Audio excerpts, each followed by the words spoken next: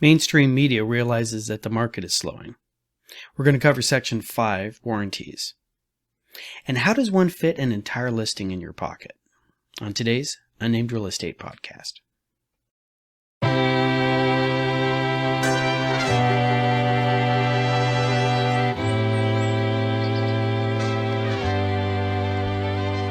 Three, two, one. Hey, it's episode 29 of the Unnamed Real Estate Podcast. My name is Charles Ray Dawson. I am broadcasting to you live from my own personal little tower orthanac here. Instead of the office, I'm working from home today. That office is, of course, ProStar Realty. I am Charles Ray Dawson, associate broker of ProStar Realty, and this is the Unnamed Real Estate Podcast. And I've just spent about 5-10 minutes trying to work on the lighting on this thing so I can record from home and see what's going on. I think I got the lighting down pretty straight. One of the problems, I did not bring one of my lamps with me when I brought my recording equipment home. So what you're seeing here is the effect of what's effectively two different filler lights. And filler lights are the lights that you bring in on the side, all right, to take out all the shadows on your face. When you have a craggy face like mine with various little, stern marks on them, shadowing is really important. So this window over here is providing the source of the light on this side of my face. On this side over here, I have my regular desktop monitor on a white screen turned up as high as I can get it. So I got two effective filler lights.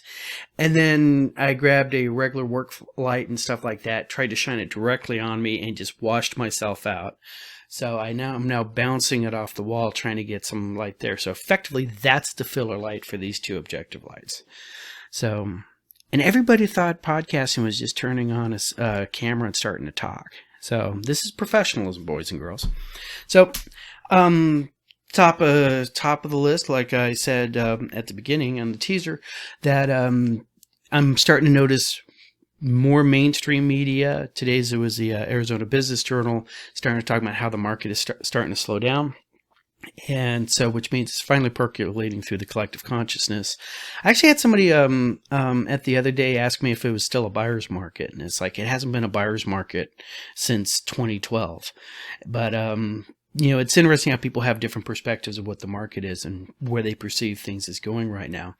I also noticed earlier this week that even Vox, which is not quite a mainstream but very politically oriented news source, came out with a video talking about how part of the reason for the high cost of housing right now is zoning issues.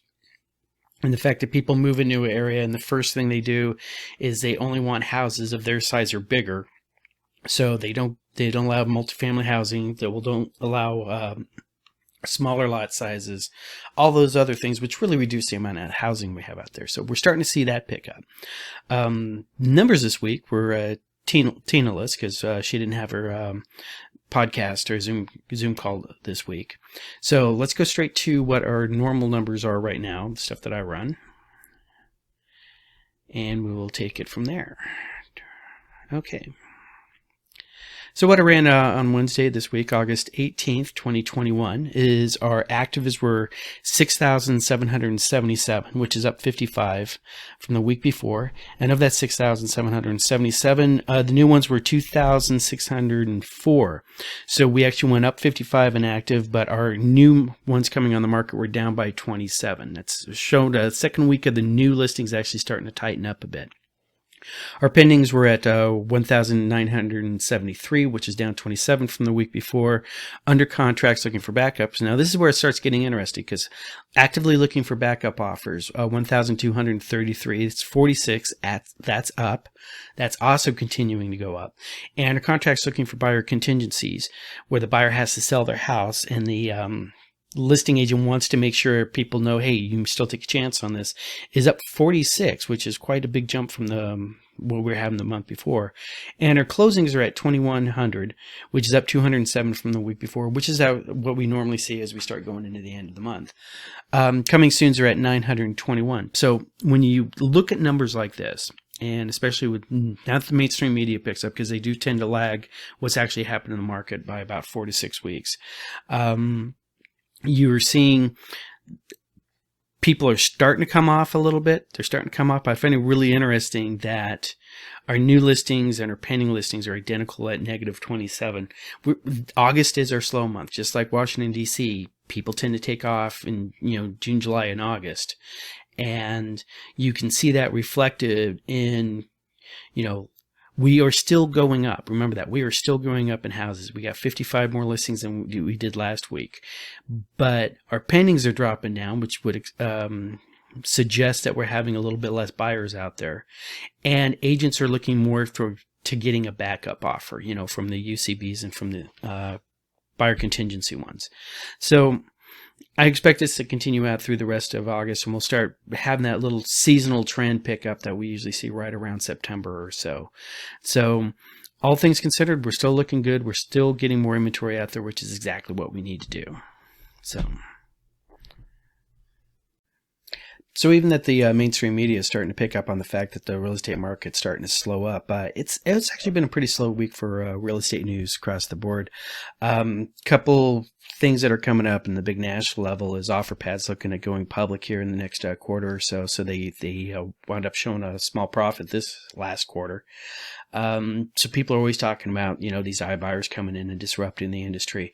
And there's a lot of money being thrown in our industry right now to try to, basically do to real estate what Amazon wound up doing to the mom and pop bookstore.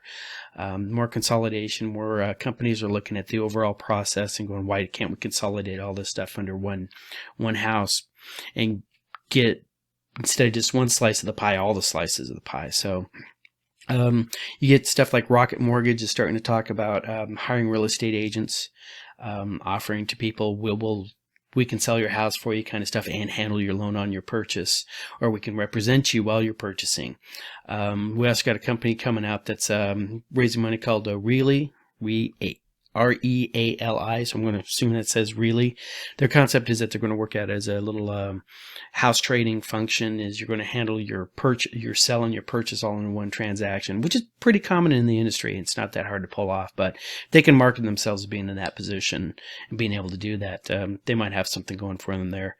A couple of other things coming up on the news along these lines is, a lot of these companies are going public. Some of these companies are going public or are public and still haven't turned a profit. A lot like the .com era, where you threw .com at the end of anything, and next thing you were a billionaire.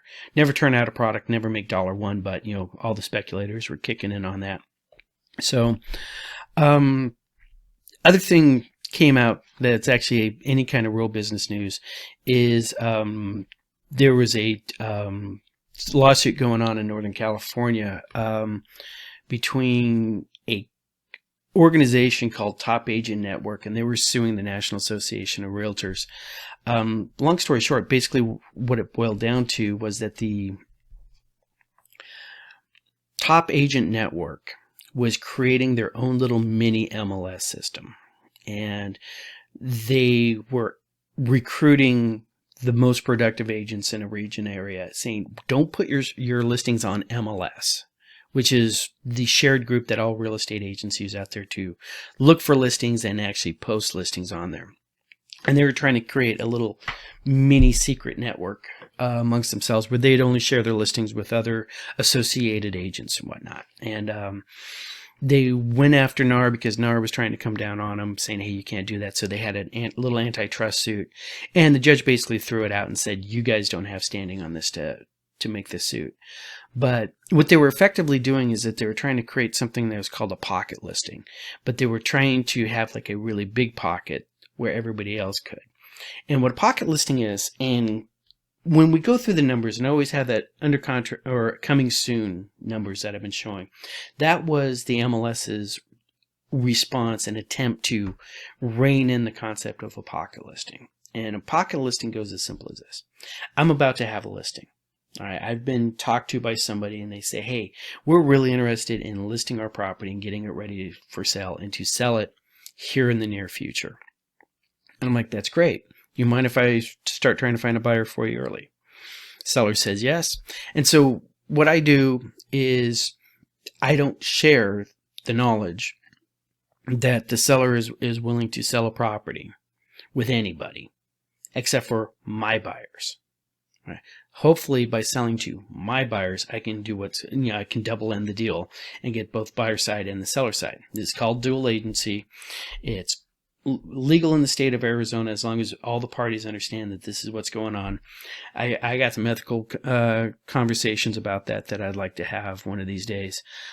This is something that I covered in when I did the book review of The Competent Broker. The author of that was definitely against dual agency, and he makes a very strong argument against it. But with these pocket listings, instead of just the agent, asking a couple of his buyers, would you be interested? Just notifying his buyers, hey, I got this one coming down the pike. Are you interested in it? What agents started doing is they started actively listing the product without showing it to anybody else.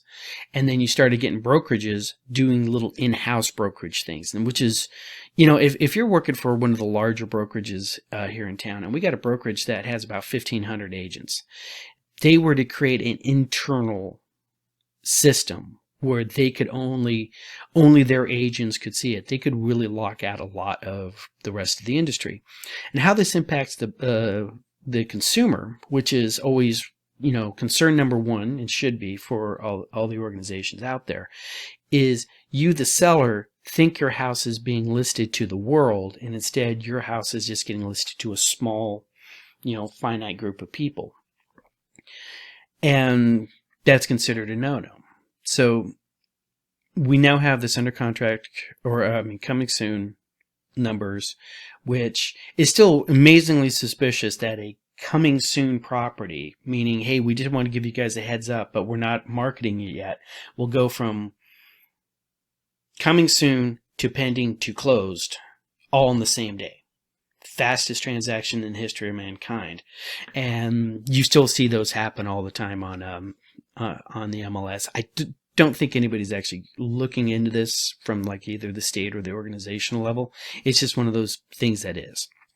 So these pocket listings became more and more apparent and more of an impact over the last year or so, when we had really, really small amount of listings out there, really small inventory, and also with competitive agents who are negotiating a lower commission from the seller, because there are so many agents out there trying to sell your house. Sellers would negotiate a lower commission, and then because the seller's agent shares that with the buyer's agent, in some cases it's like, to get what an agent would consider a traditional commission, they would almost have to double end it. So where this really, really goes wrong is when the seller doesn't know that their agent is doing this. And the seller feels like, hey, I'm getting marketed, I'm out there, where are my offers? You told me you started selling this thing a week and a half ago. All right, everything that's, I listen to Ray's podcast. Ray's podcast, the average days on market is 8. All right, we're at 16. What's going on? So these are the various things that people are trying to do to rectify, get your property out there. So we have this organization, all right, Top Agent Network, and they come straight out and say, hey, yeah, we're marketing it to the public. We're only marketing it to select clientele, and our sellers know we're only marketing to select clientele, and instead of everybody and their cousin. That's I haven't had a lot of time to research into this thing and see exactly what the rest of their argument was, but they were pretty much trying to say, hey, yeah, we're just marketing to a select clientele. Now at that point we get in this little issue. If the seller's aware of the fact that their property is only being marketed to select clientele, is that really an issue? And I think we're going to have to wait to see how the courts decide that. I do know that there's a brokerage out back east. I want to say it was Minnesota, maybe Michigan, one of those M states back there, where the brokerage itself was not playing with the local MLS anymore. And the reason why is because when they put their listings on the MLS was automatically sharing that out with Zillow. And they felt like when Zillow got a hold of it and started advertising, because Zillow's entire business model was to take a potential interested buyer and route that potential buyer not to the listing agent, not to the person who's actually listing the property, but to a person who was paying them money for the right to have their face next to that listing. They felt that that was, not good for them. And since they could not get the MLS to quit sharing their listings with Zillow, they decided to go that route. And there's been some lawsuits going on about that, and they have not gotten that straightened out yet. So that's, these are just all responses how technology has changed the concept of listing. It used to be all listings were pocket listings. Back when Wyatt Earp was selling real estate, and he was actually selling real estate down there in Tombstone as one of his many side businesses he had going on.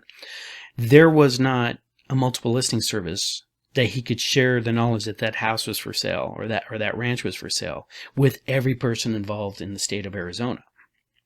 Then later on, the first real technology that came in was called the listing book. And the listing books was you filled out a form and you mailed it over to the listing book company, because we didn't have fax machines and we didn't have email, or you'd drive it over if you're up against a publishing deadline. And this company would actually consolidate all the listings together into a book, a catalog. And they would send those catalogs out to all of the brokerages.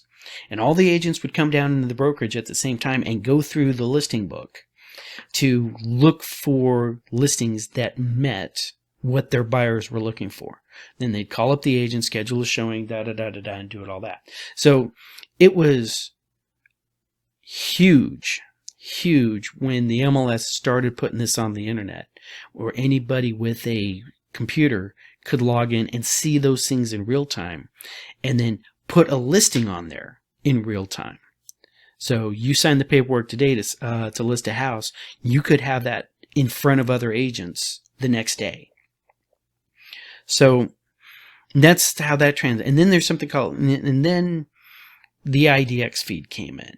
I can't remember what IDX stands for because nobody actually uses it anymore. But what the IDX was is it allowed you, the real estate agent, to give the consumer, all right, meaning the consumer, your buyers, the ability to go to your website and look up properties. Some of you guys might remember that. You'd go to your real estate agent's website, and you can still go to most major brokers. Hell, you can go to ProStarRealty.com, click Find Me a House, and we'll have an IDX feed in there, and a little map, and you can search it just like Zillow. I think it's got some better features and functions than Zillow, but it doesn't have as cool as interface, a simplified interface for the non-technical computery people. But from a search, the ability to hone your search in, it's much, much stronger than Zillow or Redfin or any of these other companies. But that IDX feed, that ability to allow the consumer to browse all of the listings at home and their own time, setting their own search criteria, really changed the power dynamic from the agent being the arbiter of truth and giving you the information and empowering the consumer to go find the information themselves, as long as they had an agent's IDX feed to come in on. So a lot of controversy involved in that. Then Zillow came in and sidestepped the entire thing altogether and said, well, we're going to be the IDX feed for the country. Right? Not new. It's the illogical progression of how these things go. Their business model, however, though, was we're going to be the IDX feed. You, the real estate agent, instead of paying us, or instead of paying the MLS and a web host to set up your own web page, you just pay us money, and we'll make sure that anybody who searches for a property in one of your zip codes has a 1 in 5 chance of seeing your smiley face on there. It's like, if you're interested in this property, would you like to talk to an agent? And there's going to be Ray with my phone number down at the bottom. All right, should have looked that way. Well, I got lens glare going either direction right here. So, but still, that caused a lot of hate and discontent with the older agents, because before, at least the IDX feed had the assumption that the buyer looking at that listing was going through an agent already. They were already working with an agent. Now we're taking it away, because it used to be, the numbers used to be that for every listing that you had, if you marketed right, you would get at least one buyer out of it. So, there's this old term, listers or lasters, because of sign calls, advertisements, somebody would call up, and maybe they eventually wouldn't want to buy that house, but all of a sudden you're talking to somebody who is interested in buying. So that really changed the dynamic because now the person looking at your house isn't contacting you for information on it. They're contacting some third person who's paying $5,000, right, to Zillow a month. Actually, I think it was $1,000 last time they called me up and tried to sell me. $1,000 to be one of 5 in a zip code, right? Which means every zip code in America is suddenly worth potentially $5,000 to Zillow. So that was their revenue chain. That was how their business practice worked. It was also why their quality control on their data sucked, right? Because the house wasn't Zillow's product, right? The buyer typing in their information, I would like to know more, was the product. And a couple of years ago, I would get a list from a buyer, and I tell them, don't go on Zillow, don't go on Zillow, don't go on Zillow, go to my site. My site actually has real data. But all of a sudden I get this list of 10 houses they want to see, and always the address, never the MLS number. So I'd sit there and type in every address, and it would be under contract, sold, under contract, pending, sold, active, right? And so you'd be, out of 10 houses, 3 of them would actually be real houses. And I just write them right back. It's like, you're on Zillow again, aren't you? Oh, how'd you know? Because none of these houses are for sale. Because Zillow wasn't interested in getting quality information in front of people. Zillow was interested in getting eyes on screens and fingers on keyboards, putting in personal information to sell to real estate agents. That was then, this is now, because now they are active real estate agents. They have actually joined the Association of Realtors, and they have not done anything like this ever since, because once they did that, they instantly got better. And this very statement just kept Ray from getting an Article 15 violation for saying something bad about real estate agents, because I'm not talking bad about real estate agents. I'm talking about a company that was acting a certain way before they became real estate agents, and now they're perfect and awesome. Don't sue, please. Anyways. So that's the concept of pocket listings, right? The pocket listings out there is an agent who's not really marketing it to anybody. They're holding it amongst themselves, or holding it within their brokerages, or in the case of this organization out of California, they're sharing them with a select few. And it is considered in the interest of the consumer and the local state, not just realtor associations, but the state, real estate boards, that the consumer needs to be protected. And if the consumer thinks the whole world is seeing their listing, and it turns out the only people seeing the listings are that agent's other clients, right? That's when the states start getting concerned, right? It all depends on, is the seller being protected? Is the seller getting their property marketed the way they want to and expect to get it marketed at? So be interesting to see how the rest of this thing goes. And if you're out there and you currently have your house for sale and I am not your real estate agent, strike one. All right. Okay. For all you guys in California, Colorado, people in Utah who are watching my podcast and everything like that, going, wow, I wonder if my house has really been marketed. Your agent should have done 2 things immediately. They should have sent you a copy of the MLS. All right. As soon as you went active, I always send a copy of the MLS to the seller going, hey, we're active, we're on MLS. Here's the listing. Share it with your friends and look at it and see if you want me to correct anything or change anything. If you don't like my verbiage, or you don't like that third photo because you left the cat on the stove or something like that.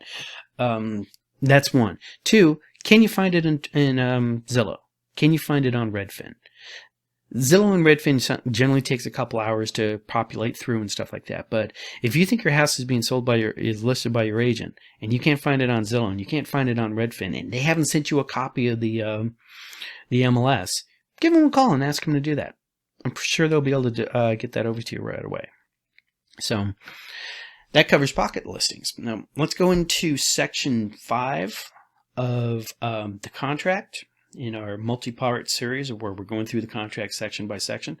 This one is going to cover warranties, and warranties of what the seller is warranting that is correct, what the buyer is warranting is correct, and then after that we'll follow up at the end.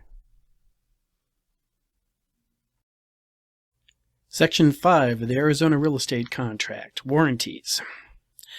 So a warranty in real estate is a lot like the warranty you get on a purchase of a new car and item, where you buy a television, there's a 1-year warranty saying it's going to work. Warranties in real estate is either the seller or buying, making a statement guaranteeing that the house is going to be in a certain condition, that things are going to happen with it. And much like the warranty deed we talked about a couple episodes ago, it's going to be that the seller is actually planning on defending that on behalf of the buyer if something comes up. So this section 5 on this one is one of the smaller sections. I mean, it's less than half a page, and but it does have quite a punch for certain things. So in section 5 warranty, paragraph 5A starts with the condition of the premise, all right? And it calls out something in bold. Contract's yelling at you. Buyer and seller agree the premises are being sold in its present physical condition as of the date of contract acceptance. Now, this whole contract as a whole is considered an as-is contract. The seller signing this contract this early on in the process is not stating that they will fix any material defects that are discovered in inspections. We used to have that a couple of years ago, and it really became a hassle because there's a lot of vague language in there. We got in a lot of conversations about what working meant. Case in point, you'd have something like the air conditioner unit. Air conditioner turns on, air that's colder than the room air comes out through it. A seller would consider that working. A buyer would get a home inspector to come in there, and the home inspector would do a temperature test and realize that the air change coming out was not within regular standards. Next thing, we're having a conversation about whether or not that's in working condition or not. You get light switches that were like upside down, so you're not flipping on and off as normal. You have to turn them in the other direction. You'd get those conversations where it's like, well, we want this rewired and this and that and the other thing. So we got rid of all of that, and now it's just it's considered as is. The buyer does get to do their inspection period. We're going to be covering that coming up in the next section, section 6, under diligence.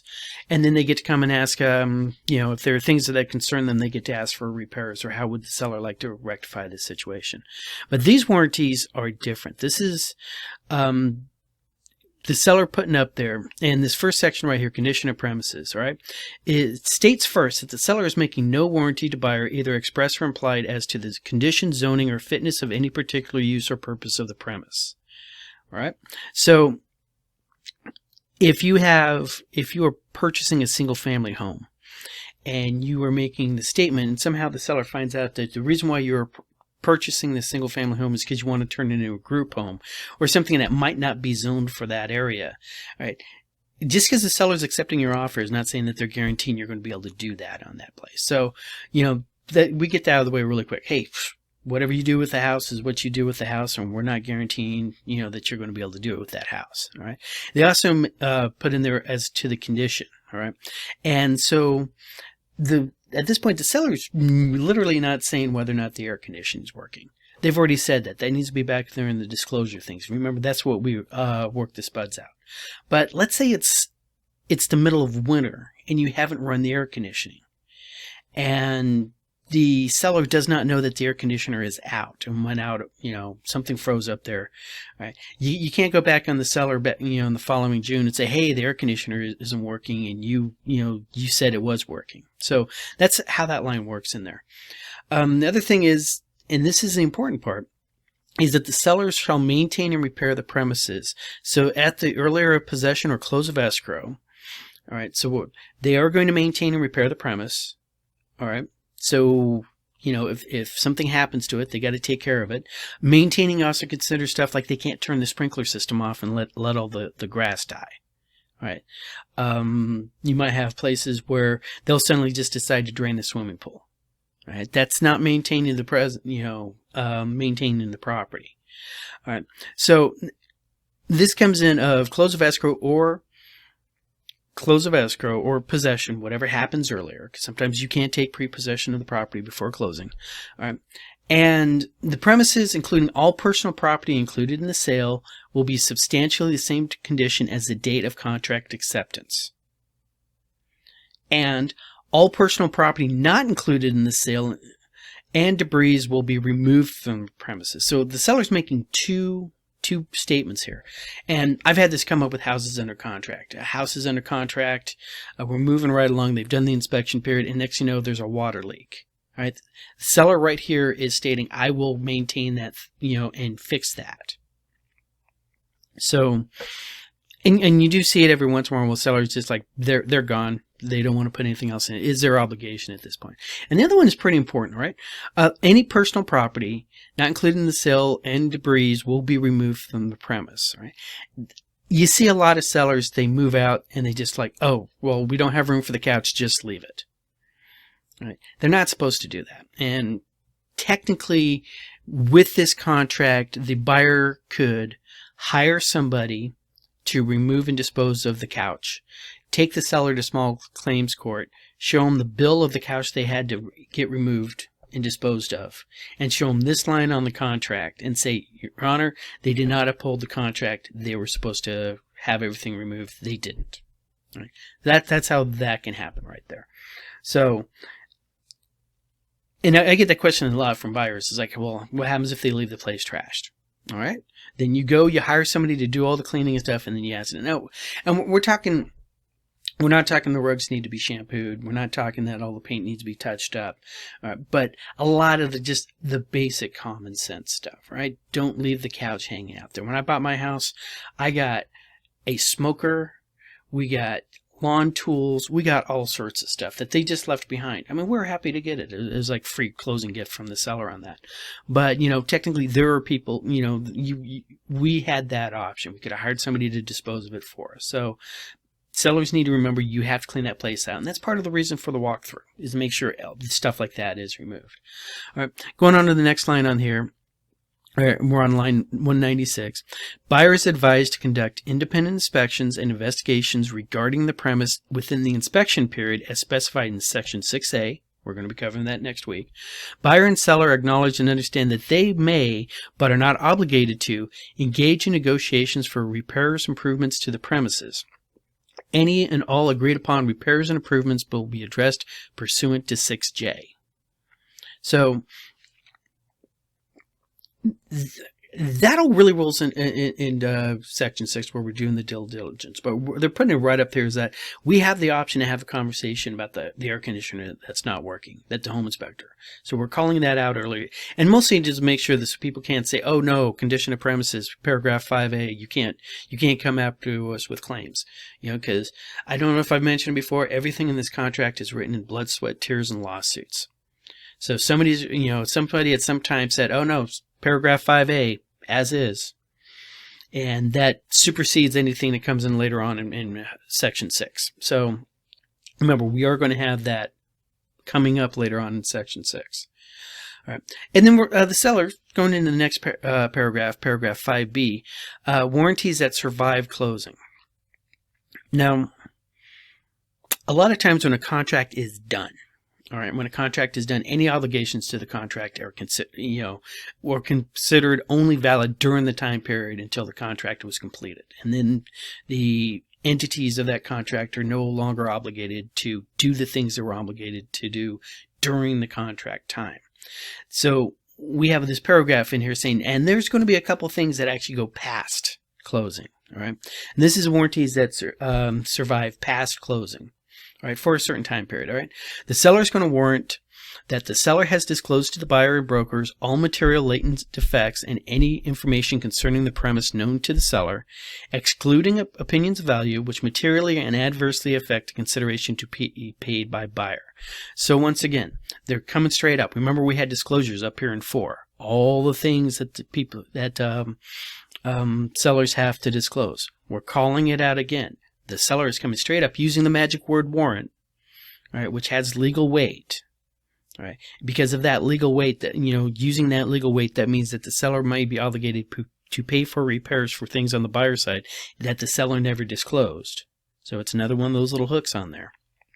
All right, and prior to going on line 202, prior to close of escrow, seller warrants that payment in full will have been made for all labor, professional services, materials, machinery, fixtures, or tools furnished within the 150 days immediately preceding close of escrow in connection with the construction, alteration, or repair of any structure and improvement to the premises. What that line in there does is says to the seller, anything, okay, we got the air conditioner fixed, all right? You asked for it on the Binzer, we fixed it on the Binzer, and we're guaranteeing you we're paying the AC company. You don't want to get a knock on the door from the AC company 90 days after you've moved into your house because the seller never paid them. All right, so that's another line, calling out, or any other incidental stuff, handyman, plumbers. All right, this is to make sure that the mechanic's lien doesn't suddenly come out of nowhere. And for you guys who don't know, a mechanic's lien is a lien that you can put on a property. If I am a mechanic, let's say I do roofing, all right, and let's say I put a new roof on your property and you have not paid me yet. After a certain amount of time, I can go down to the courthouse and file what's called a mechanic's lien. It acts just like any other lien, like for a mortgage or a tax lien or anything else on the property. And it is there for until I get paid off. Now, in reality, and I think it's this way here in Arizona too, I've never had to really get involved with the mechanic's lien, is that it needs to be constantly refreshed. So it's almost a paper tiger at that point, because if you're a contractor and you don't get paid on a job, you don't have time to refile the paperwork over and over and over again to keep that lien in place. And especially because that lien may not come due or may not actually get addressed till years down the road. But one of the nice things about the mechanic's liens is it actually puts a little marker in space and time saying, this is when they were supposed to pay me. And it's been 5 years and I've been charging them 7% interest a year since then. So mechanic's liens are really pretty rare, and but they are out there. And that's what that line's doing right there, is it's going to be taking care of any issue with the mechanic's lien that might come up. All right. And the last line on this is seller warrants that the information regarding connection to her sewer system or on-site wastewater treatment facility, conventional septic or alternative, is correct to the best of the seller's knowledge. And you'd be surprised how many people out there did not know that they were on a septic system. You know, especially when you downsize in a family, larger families use more septic space. Single guy moves into a house, didn't know it was on septic, and lived there for 17 years. Never have a problem. He moves out, family of 4 moves in, it's backing up 2 weeks later. All right. So once again, on the buyer side, if this is a concern to you, you hire people to send a camera down your scope, usually during the home inspection period. They will sit there, they'll go through there and see if there's actually a septic tank on the other side or if it goes straight into sewer. You could also go and search the county records to see if there's still if there's a septic tank permit on the place. However, there's a lot of septic tank permits that are open for places that no longer have septic tanks, so I can't really tell you that that's 100% the best way of doing it. But once again, this is just a seller warranting that out. So, in the last paragraph on this one, paragraph 5C, this covers buyer's warranties. Right? This is a buyer stepping up and warranting certain statements they have made. All right? And first line on this, buyer warrants that the buyer has disclosed to seller any information that may materially and adversely affect buyer's ability to close escrow or complete the obligations of this contract. All right? So if there's any reason the buyer is writing an offer and may or may not be able to actually come to closing table and close. Let's say they might have a job offer coming down, or they might have job cuts coming down that they are aware of. Let's see what else can come out of this. The home buying process has been so stressful, they can't be guaranteed whether or not they're still going to be married to their spouse at the end of the day. Or you have a person out there who's legally separated and getting divorced, and the divorce is supposed to be done before close of escrow, but may be pushed back for whatever reason. That's something that the buyer would need to disclose on this. And just coming out of a disclosure class a couple weeks ago, one of the things that they covered on this is the buyer's who want to write 5 different offers on 5 different properties. The buyer is obligated in that situation to, every time they write more than one offer out there, on this thing, on the buyer warranties, they were supposed to be stating, oh, and by the way, I have 3 different offers out. And you might accept my offer, but I might have already accepted another offer before that, and so I'm just going to cancel on you immediately. Or occasionally you'll get those buyers who, and this was really big back in buyer days, back in 2010, 2011, 2012, where buyers wanted to get 2 or 3 houses under contract, and then do the home inspections on all of them and see which one they liked best. They were just trying to have their cake and eat it too. Buyer in every one of those occasions was supposed to write on there, oh, by the way, I'm under contract with 3 other properties, 4 other properties, and one of you guys is going to be the winner. Hey, it might be you. That's something the buyer needs to disclose on that. If the seller was to discover that they took their house off the market for X amount of time and then eventually did not sell the house to the buyer because the buyer had this intent to actually go somewhere else in case somebody else's, or short sales. That was huge on short sales. I can tell you how many people wanted me to write 5 or 6 offers on short sales, knowing to go with the first bank that actually came up and said, oh yeah, you can do it, and then dump everybody else. And not only is that like a scuzzy thing to do and bad karma, the contract here says you're making yourself liable to that. And I'd actually argue the agent themselves are making themselves liable to that. So, all right. So going back to this thing is anything that that the buyer has coming up that may materially adverse their effect to close escrow.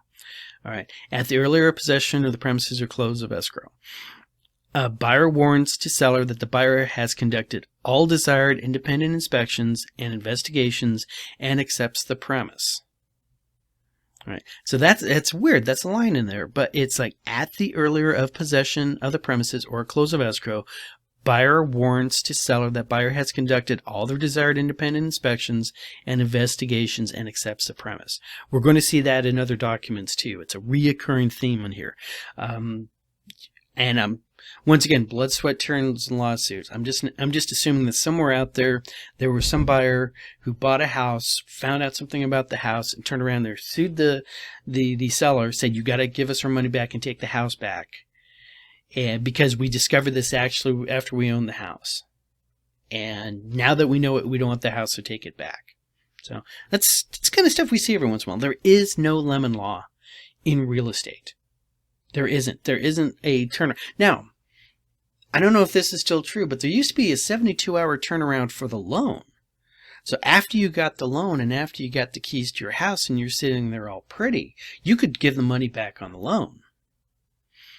And they would take out, but that's financially impossible. I mean, if you already had that money to pay back on the loan, why did you borrow the money to buy the house in the first place? So, but that's, that line right there. It's a small line, but it's got a rich history.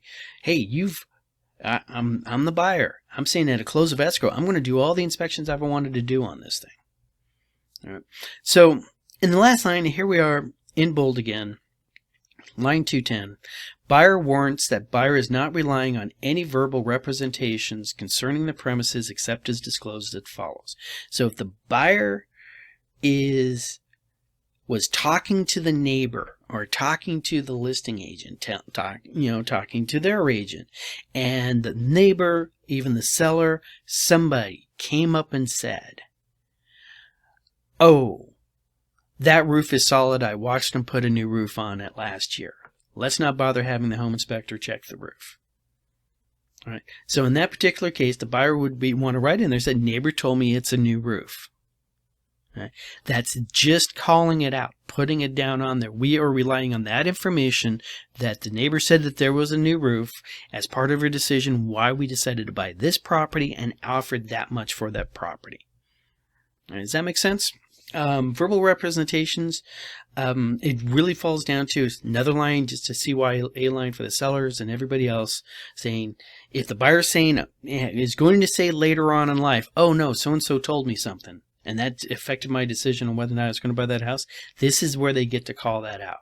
Because if you do later on take somebody to court and you're sitting there going, oh, well, the next door neighbor told me this, and that's part of the reason why, but it turned out not to be true, and now I don't want the house anymore. This is a line that the other lawyer at that time is going to call up. He's going, hey, did you notice 210? And they're going to scroll down. Is this your initial on the bottom, bottom of this paper? Is this your signature down over here? Right. And they're going to ask you the question, did you read the whole contract like you're supposed to? And what are you going to say? No, I just randomly initial stuff that people in front of me. I don't read the whole contract. Right? You guys might have remembered when I first started this whole thing, I told you it usually takes me 2 hours to get somebody to go through a contract on this one, because I'm making sure that they're reading everything as we go through. They have a copy, I have a copy, they're sitting there looking at things, they're reading it, and I'm telling you what they means. And people hate it, but we only do it once. But I never hear those words, oh, I never read that in the contract, because my first words out of my mouth is, you remember the 2.5 hours we sat there? So that's that line right there. This is section 5. This is warranties. It's very small, very powerful. A lot of things going on in here. So just remember, when you start having those things, I'm going to do a home inspection. Actually, we're doing a final walkthrough tonight, 6 o'clock. I'm going to be meeting out there. We've had a lot of rainstorms going on. If we walk into that house and the ceilings collapse in the kitchen, right, here's a condition of premises staying here that the seller is going to maintain that property, maintain and repair it. Right, so the buyers don't feel like they have to buy a house without a brand new, maintained or repaired, kitchen roof. Right, so this is how this thing comes up all the time. Same thing with the warranties that survive closing. After I bought my house, 6 months later, I got a knock on the door, and it was from a contractor who had done work on my property. And the seller had not paid them. Right. When that knock happens on your door and stuff like that, paragraph 5B is what protects you from them being able to put a lien on your property. One, it was past 150 days for one. And two, just literally sit there and go, I'm not that guy. I am the owner. The seller has warranted all these payments would be paid. You still need to have to go after him. And at that point, if I had the address, I would have happily handed the address out to that contractor and drove him to the place. Maybe even handed him a baseball bat so he can get his money back from that guy. But, that's how that got, I was protected in that because of this phrase in the contract. All right. And the buyer's warranties, the seller needs to make sure that the buyer's not going to have something come up. I mean, when you're looking at a bunch of different offers and they're really close, that's things that go through sellers' minds. It's like, hey, what about these people? What if something happens to them? What about this? All right, so that's what the buyer warranty is. It's coming. If there's anything that might come up, that's where they're supposed to disclose it. All right, so thank you much, and this is the end of Section 5. Next week, we're going to be covering Section 6, which is due diligence, and this is where we go into the inspection period. It's quite long, and I will be talking a lot on that one. So, see you next week.